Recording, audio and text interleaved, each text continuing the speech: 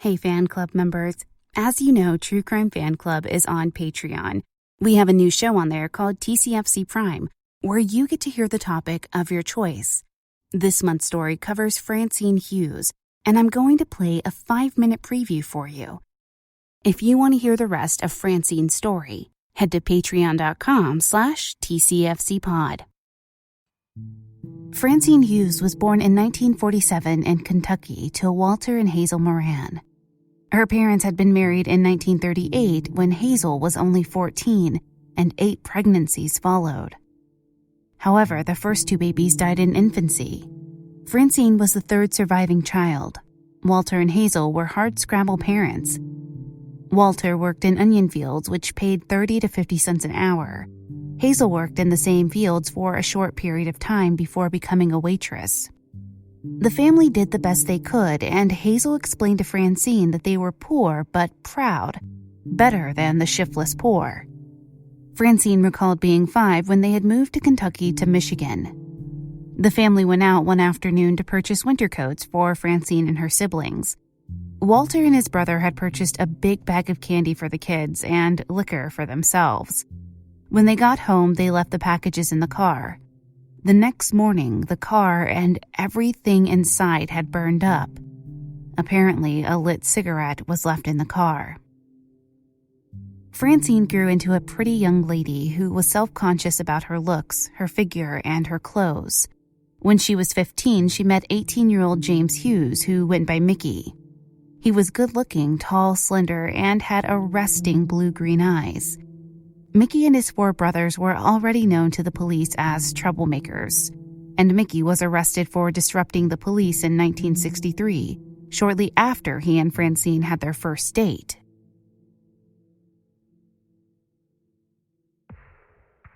Francine dropped out of high school in October 1963, and shortly after, she had sex with Mickey for the first time. On November 4th, 1963, the pair married at the Dansville Methodist Church and moved in with Mickey's parents. Francine had doubts about the relationship, wondering if she even loved Mickey. A few weeks after they were married, there were visitors to the home. After they left, Mickey took Francine to their bedroom and accused her of looking at the man. She protested that she only looked at his hands because they were so large. In the middle of her protests, Mickey suddenly punched her and knocked her over the bed. She begged him to stop, but he punched her again. His parents intervened, calling the police. Mickey took a swing at one of them, and the police arrested him. Francine walked on eggshells around Mickey, afraid the slightest sound would provoke him into hitting her, which he did once or twice a week. He would watch her carefully and coldly, waiting for her to do something he didn't like. When the beatings began, she would sometimes defend herself, but it would make matters worse, and he would often lock her out of the house in the freezing weather. In 1971, Francine visited a social worker who urged her to leave. Francine divorced Mickey, but when he was in a severe car accident shortly after the divorce, she moved back in to take care of him. Many questioned her reasoning for this, and Francine explained that when she was a child, she was in charge of watching her 3-year-old brother. While helping her mother hang laundry, he ran into the street and was hit by a car and dragged for a distance. Both arms were broken, and later their mother blamed Francine for the injuries, since she was supposed to be watching him. Therefore, when Mickey had his accident shortly after they had a fight, she felt terribly guilty and agreed to take care of him temporarily.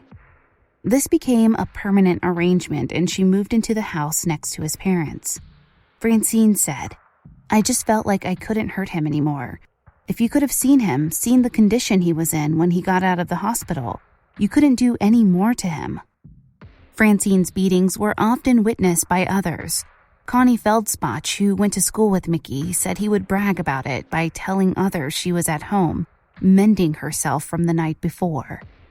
He wouldn't allow Francine to have friends because she didn't need any. Alice Quenby, a neighbor of the Hughes, said Francine was a good mother who was clean and neat. Alice also said, "I never heard her swear." She said of Mickey, "He drank a lot, and when he was drinking, he was very mean." Deborah Brown said she had witnessed beatings as far back as when they were newlyweds, and one of them left Francine especially bruised. Donna Johnson, another neighbor, recalled an incident where Mickey beat Francine in his mother's front yard. This time, another male neighbor pulled Mickey off Francine. Donna said Mickey's mother, Flossie, was present at the time and witnessed the beating. Flossie repeatedly told attorneys and investigators that she never saw Mickey hit Francine, nor had he ever hit her. However, at least twice people saw Mickey strike his mother. A former Ingham County Sheriff's Deputy, Muhammad Abdo, responded to the Hughes home with his partner one night, and the drunk Mickey picked Muhammad up with one hand. They had to have backup break up the fight. Muhammad was no lightweight, weighing in at 225 pounds to Mickey's 200-pound frame. Explicit content is found in this episode, so listener discretion is advised. Welcome back to the True Crime Fan Club podcast. I'm your host, Lainey. When people think of dangerous jobs, the more obvious ones quickly come to mind. Firefighters, law enforcement, oil riggers, but real estate agents are rarely at the forefront. However, realtors often go by themselves to meet strangers, usually in empty houses. There are numerous instances of these meetings going terribly wrong, terribly fast. Some of these are planned, targeted attacks, and others happen in an instant. Okay, on to the show.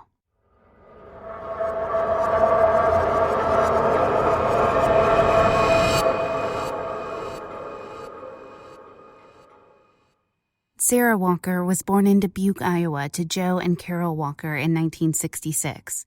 She was the oldest of 3 children. While a small child, the Walker family lived in California, Arizona, and El Paso, Texas, before settling in Dallas, Texas. Sarah attended junior high, high school, and college in Dallas. She obtained a master's degree in business and was working on a second master's degree in 2006. Her second master's degree was in theology. She enjoyed her Bible classes and read the Bible often, claiming it gave her motivation and hope. Sarah eventually began leasing apartments before selling homes of prominent builders. She worked in real estate for 20 years, settling for D.R. Horton in McKinney, Texas, a community about 30 minutes outside of Dallas. On July 8, 2006, a man identifying himself as Chan Lee contacted Mamie Sharpless, another real estate agent, who worked for Keller Williams. He explained he had found her contact information in an ad and wanted to look at one of her listings in the Craig Ranch subdivision. Chan Lee gave her quite a bit of information in the brief call. He had just relocated from North Carolina, where he graduated from UNC Charlotte. He had taken a job at Texas Instruments and, while house hunting, was staying at an in-town suites in room 245. Mamie asked him for his number, but after saying he didn't have one, the call abruptly disconnected. Mamie located 2 in-town suites and called both. One did not have a room 245, and in the other she just got a recording. Mamie later said she had an uneasy feeling about the caller, but wanted to show the home, so she took her husband Nelson with her. They arrived in the subdivision between 11:30 and noon and waited for the potential client. As they waited, they saw an Asian male in a white Ford Mustang pull up and walk towards the house. Nelson asked him if he was Chan Lee, and the man said no. The man was around 5'4" and muscular with a buzz cut. Mamie and Nelson drove around the block and noticed the Mustang had Texas tags. Once they got back to the model home, the Mustang had left. The couple went back to the Keller Williams model home because Mamie had another appointment to show the home. While Nelson was waiting, he saw a Porsche Boxster pull up in front of the D.R. Horton model home and an attractive blonde get out. He told his wife, who said it was another agent, Sarah Walker. Nelson also saw the white Mustang back in the neighborhood. Mamie finished showing the home between 12:30 and 1 o'clock, and as they were leaving, the couple briefly discussed stopping in to say hi to Sarah, but ended up driving off. Around 12:30 p.m., Sarah called her cousin Jessica Allen and talked for about 15 minutes. Jessica said Sarah was in a really good mood but hung up, saying someone had walked in and she'd call her back. At 1:10, a couple entered the D.R. Horton model home. When they entered the house, they first noticed it was untidy, then saw a large pool of blood near the sales desk.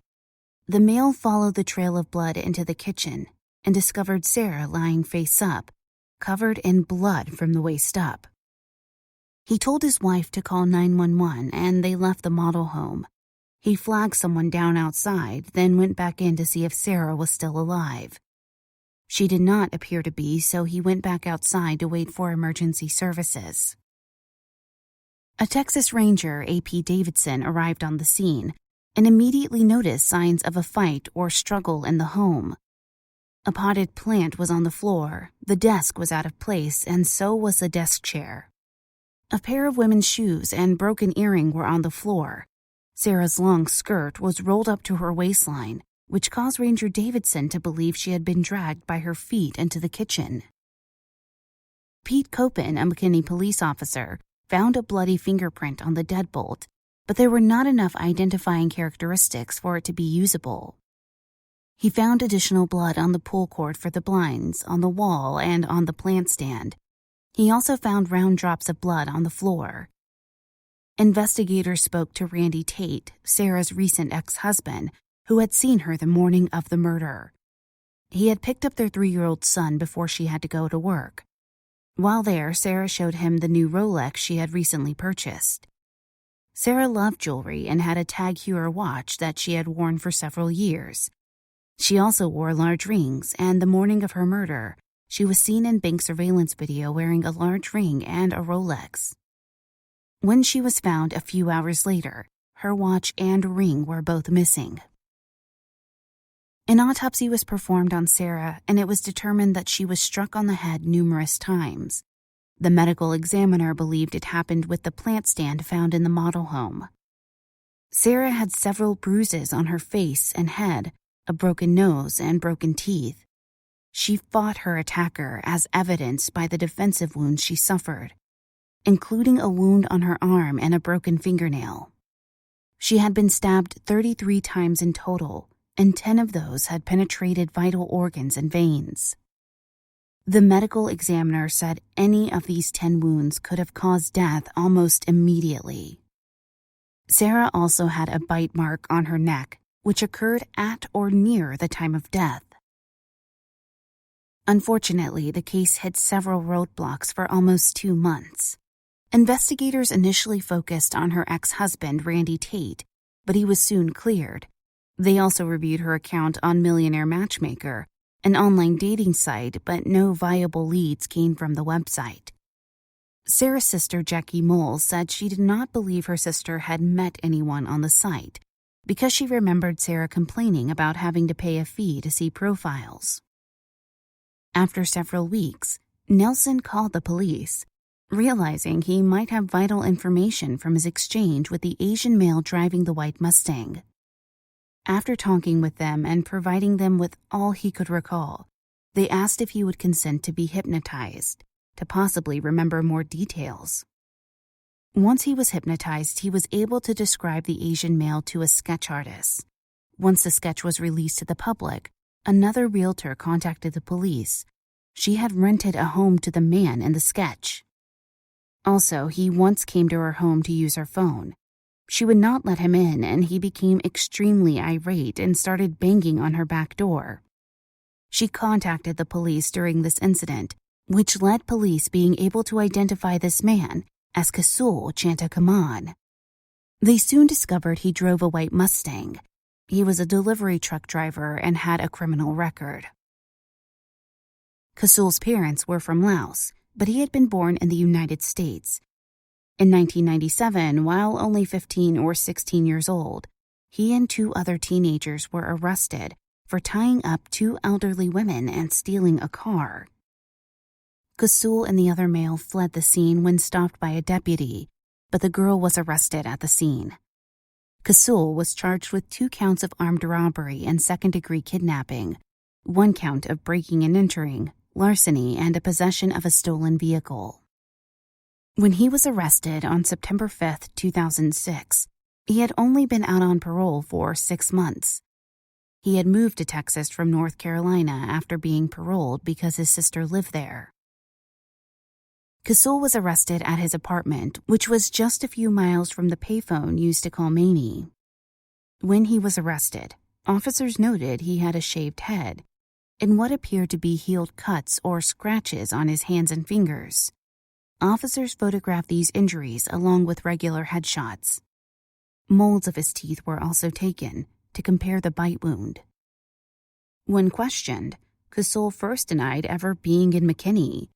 He then said his car broke down in the neighborhood of the model home and that he entered the model home just taking a few steps inside, calling out to see if anyone was there.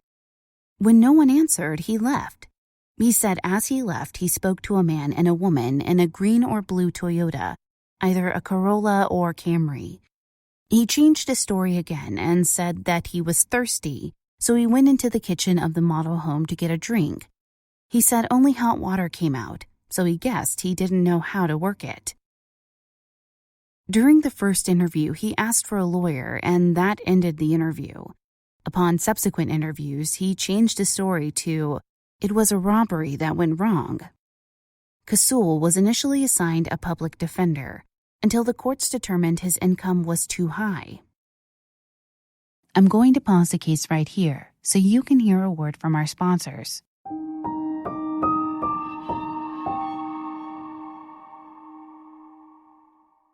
Medterra is one of the leading CBD brands in the industry with a full line of functional CBD products.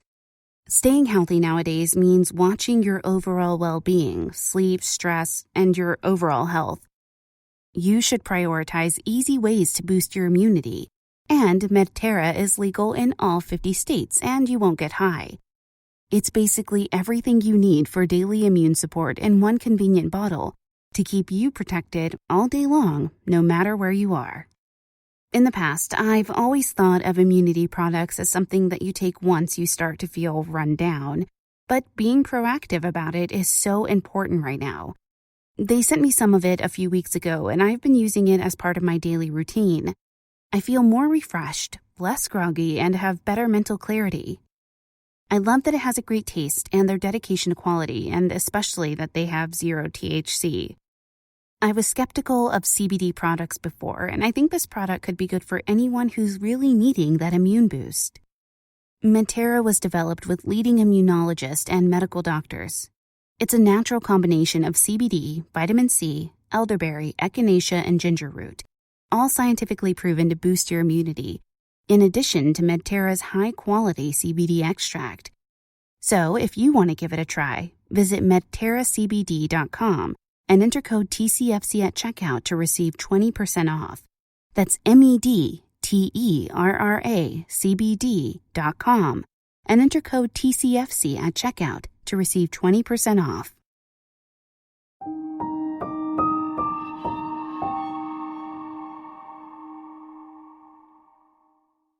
Kasul was charged with capital murder and his trial began in October 2007. During the trial, prosecutors brought in a mannequin dressed with Sarah's bloody clothing. Kasul's attorney told the jury at the beginning of the trial to remember execution are reserved for only the worst of the worst, and his client was not a threat to society. Witnesses for the state testified that Kasul's DNA matched the DNA found in the model home, including the blood on the deadbolt, blood on the blinds, and in the sink. The dental mold of his teeth matched the wound on Sarah's neck. On October 10, 2007, after a mere 30 minutes, the jury found Kasul guilty of capital murder. He was sentenced to death, and in 2017, had a date set for his execution, July 19, 2017.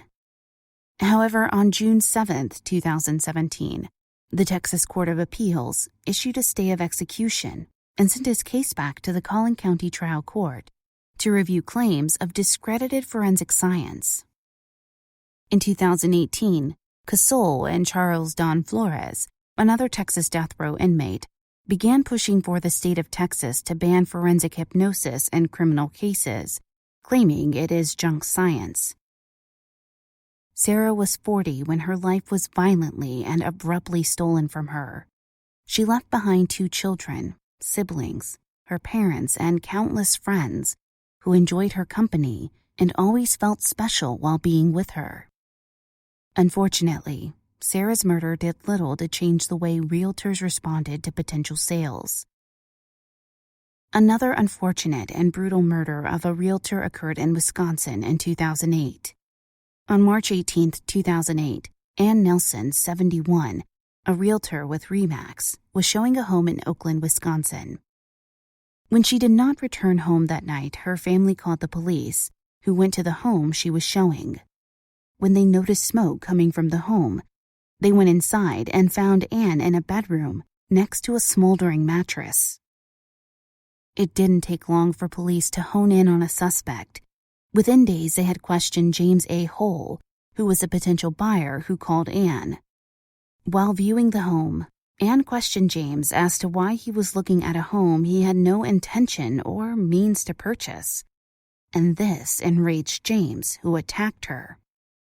He choked her with her own scarf and beat her with the fireplace poker, then left the house.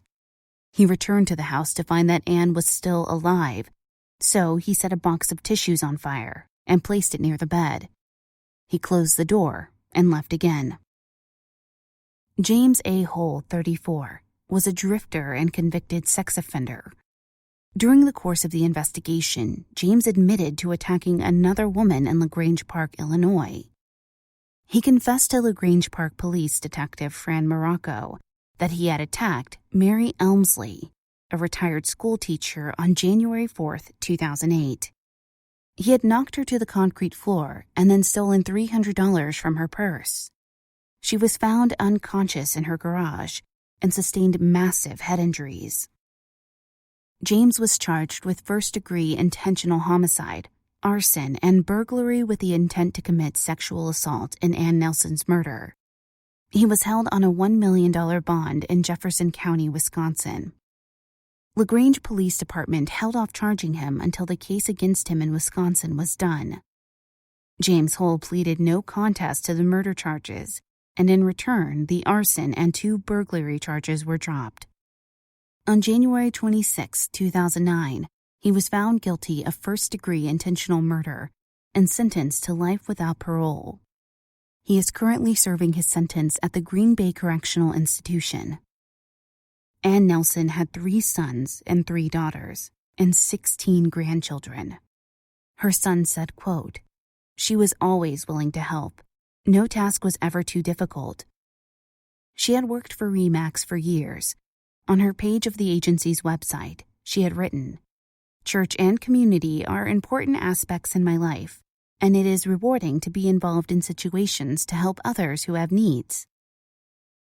After Ann Nelson's violent death, realtors began buddying up, taking more safety precautions. Unfortunately, realtors continue to be easy targets. Troy Vanderselt was murdered later in 2008 by an unhappy client who thought he had been cheated by Troy. Beverly Carter was murdered in 2014 by Aaron Lewis, who called Beverly about a house. In 2009, Ricardo Contreras was found stabbed to death on a property he was showing in California. Ironically, his sister had conned an elderly couple by convincing them to sell their investment properties below the market value, then sold the properties for top dollar. When she was confronted, she hit the elderly male with a hammer 18 times, then attacked his bedridden wife with a razor. She then set the house on fire. Real estate is hard work and not the glamorous career many believe. If you are a realtor, please take all precautions and meet with unknown clients in your office for the first time.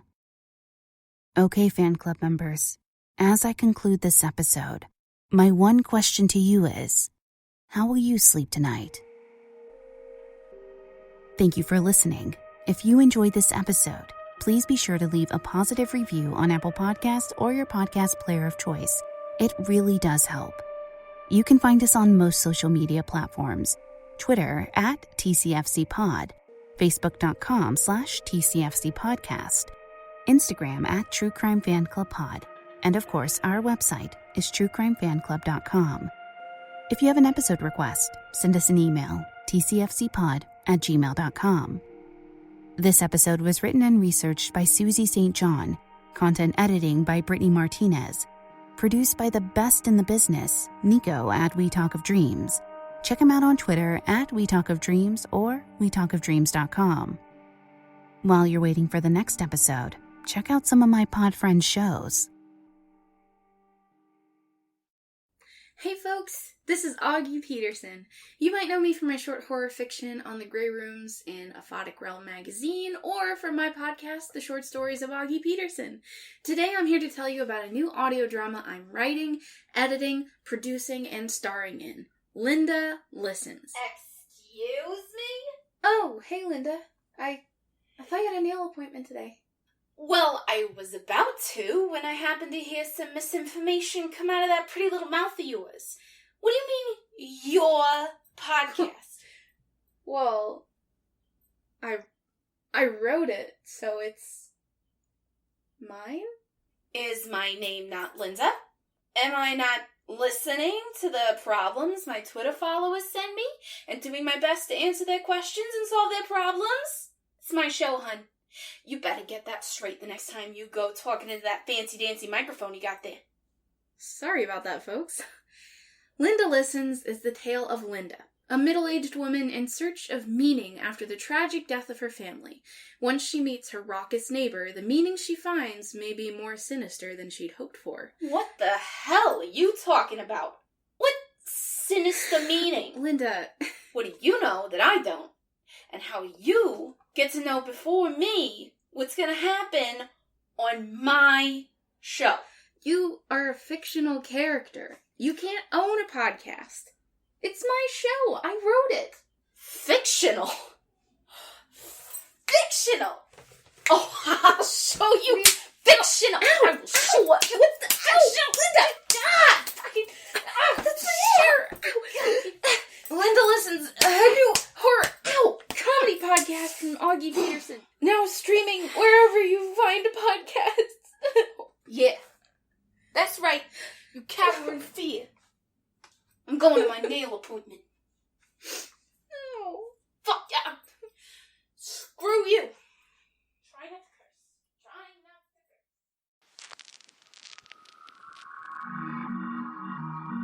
curse. We all enjoy a little mystery. And on the new podcast, One Strange Thing, that's just what you'll get. Every other week, One Strange Thing presents forgotten stories from America's news archives. They all have something in common, a single element that can't quite be explained. I'm Laura Norton. Join me on One Strange Thing, and you'll hear about bizarre events that unfolded in our country's local newspapers, but never made it much further than that. No matter the place or the people, One Strange Thing brings you stories that are very real and just a little otherworldly.